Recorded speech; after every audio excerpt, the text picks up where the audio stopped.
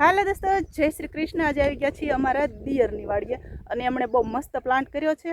જોરદાર રીંગણી છે અને રીંગણી એમ કહે છે કે કલમવાળી છે, તો આપણે પહેલી વખત કલમવાળી રીંગણી જોઈ છે, તો ભાઈને મળવા આવ્યા છે અને એ અમારા દિયર થાય છે।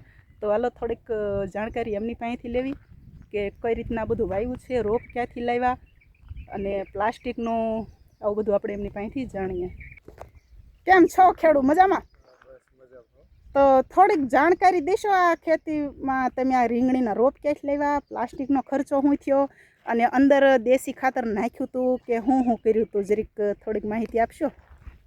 આ રોપ અમે બાજુનું ગામ છે ને ગોડલાઘર, ત્યાંથી લેવા હતા અને આ કલમવાળી રીંગણી છે અને વેરાયટી છે મોરપીંછ।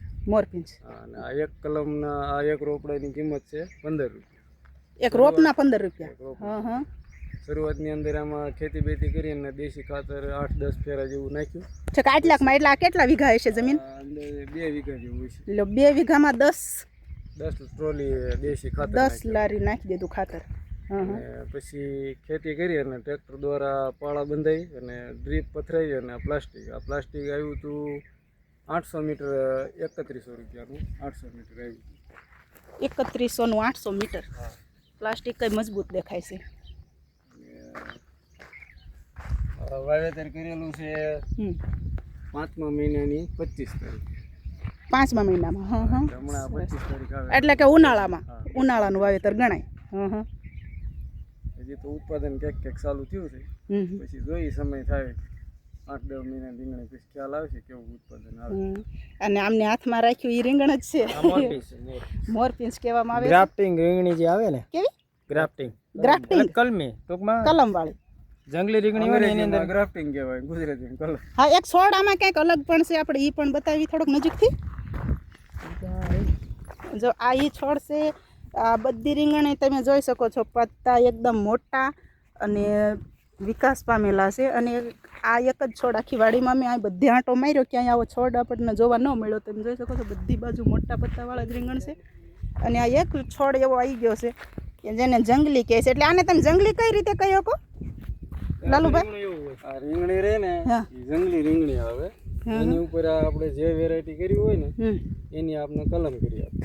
એમાં જંગલી રીંગણીનો મહત્વ એવું હોય કે એના મૂળનો વિકાસ સારો ઝડપી થાય અને ગ્રોથ વધુ થાય। એવું આમાં બીજી જે રોગ જીવાતની શક્યતા ઓછી રહે, બળી જવાની શક્યતા ઓછી રહે અને મેન પ્રશ્ન જે આમાં ઝુમરાઓનો આવે છે રીંગણીની અંદર, ઝુમરાનો પ્રશ્ન નહીવત રહે, એટલે ઓછા પ્રમાણમાં રહે સાદી રીંગણી કરતા। બહુ સરસ કલમ રીંગણીની ખાસિયત।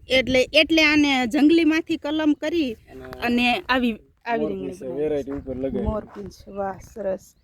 તો આ તમારા હાથમાં રીંગણું હતું, જંગલીનું જ હતું? હા, એનું જ હતું, આમાંથી હમણાં લીધું હતું, આમાંથી લીધું હતું સતું અલગ આવી ગઈ છે।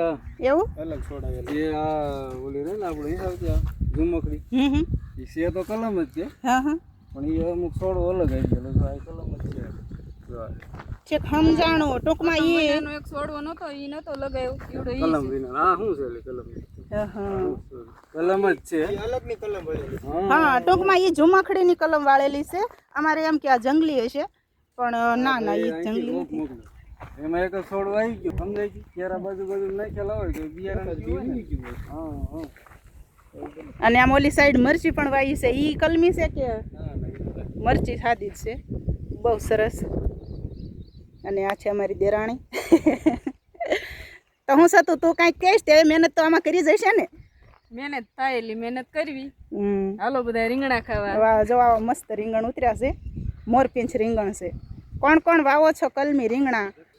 અમે તો આજે પહેલી વખત અમારા દિયરની વાડીમાં વાવ્યા છે, એટલે અમારે થોડુંક આઘું પડી જાય છે, કિલોમીટર છેટા રહે છે અમારા દિયર અમારીથી, એટલે આજ પહેલી વખત આટલું મોટું બધું મસ્ત મોટી રીંગણી થઈ ગઈ, ત્યારે આજે પહેલી વખત અમે અહીં આંટો મારવા આવ્યા છે અને પહેલી જ વખત આપણે રીંગણી જોઈ કલમવાળી, તો બહુ સારું લાગ્યું।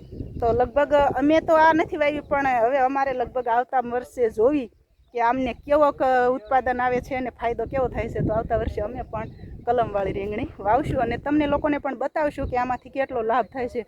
તો તમે લોકો પણ ખેડૂત છો તો તમે પણ વાવજો। ઓકે, બાય, જય શ્રી કૃષ્ણ, ખુશ રહેજો।